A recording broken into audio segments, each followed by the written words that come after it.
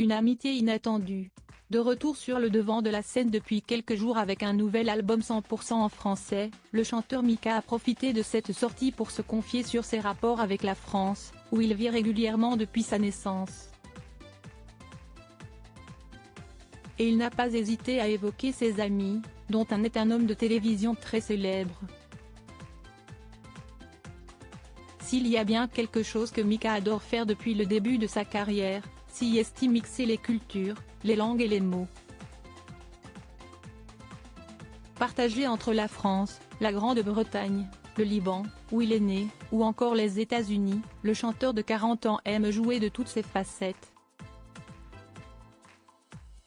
Mais ces derniers jours, c'est avec un album 100% en français qu'il a fait son grand retour, dans Que ta tête fleurisse toujours, il a choisi la langue de Molière pour tous ses morceaux.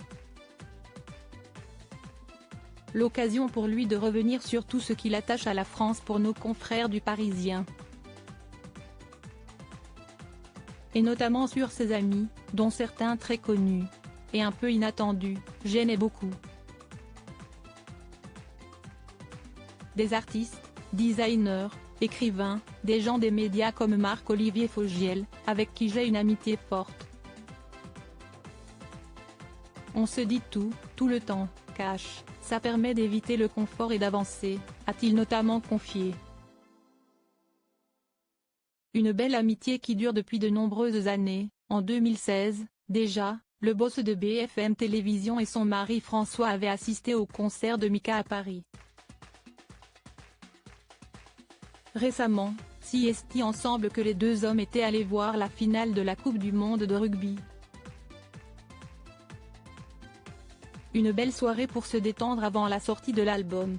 Des amis fans de cuisine, mais Marc-Olivier Fogiel n'est pas le seul ami du compagnon d'Andy, à qui une chanson est dédiée.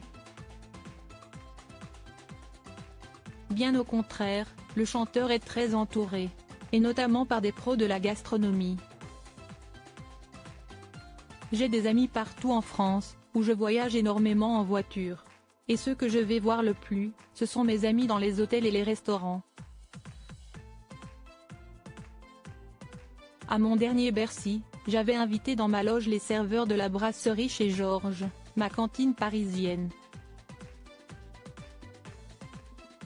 Fan de cuisine française, et notamment de coq au vin, il a d'ailleurs un projet dans un coin de sa tête. Je cuisine beaucoup, j'adore ça. Si je pouvais arrêter de travailler dans la musique, je prendrais un an à l'Institut Paul Bocuse, a-t-il raconté avec humour. Un beau rapport à la France, un projet qui n'est pas pour tout de suite. Très heureux dans la musique, l'artiste qui a fait le buzz dans la Star Academy la semaine dernière confie cependant dans Version Femina qu'il n'est pas du tout là pour être aimé.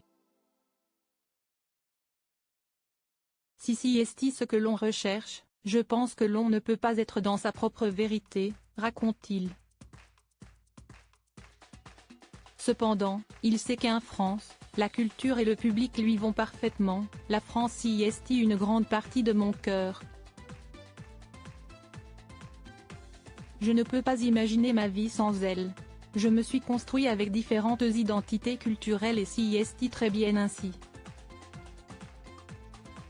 Et cela lui rappelle de beaux souvenirs, comme il l'a raconté dans le JDD, le français, c'est ce qui me permet de faire un lien avec mon enfance.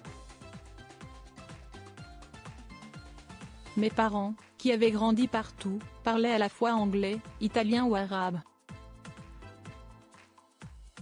La musique c'était pareil. Ils mélangeaient tous les genres. À Paris, on écoutait tout autant Colette Mani que Nina Simone, Brassens que Dylan, Moustaki que Nirvana. Et désormais à Paris, les enfants écoutent du Mika.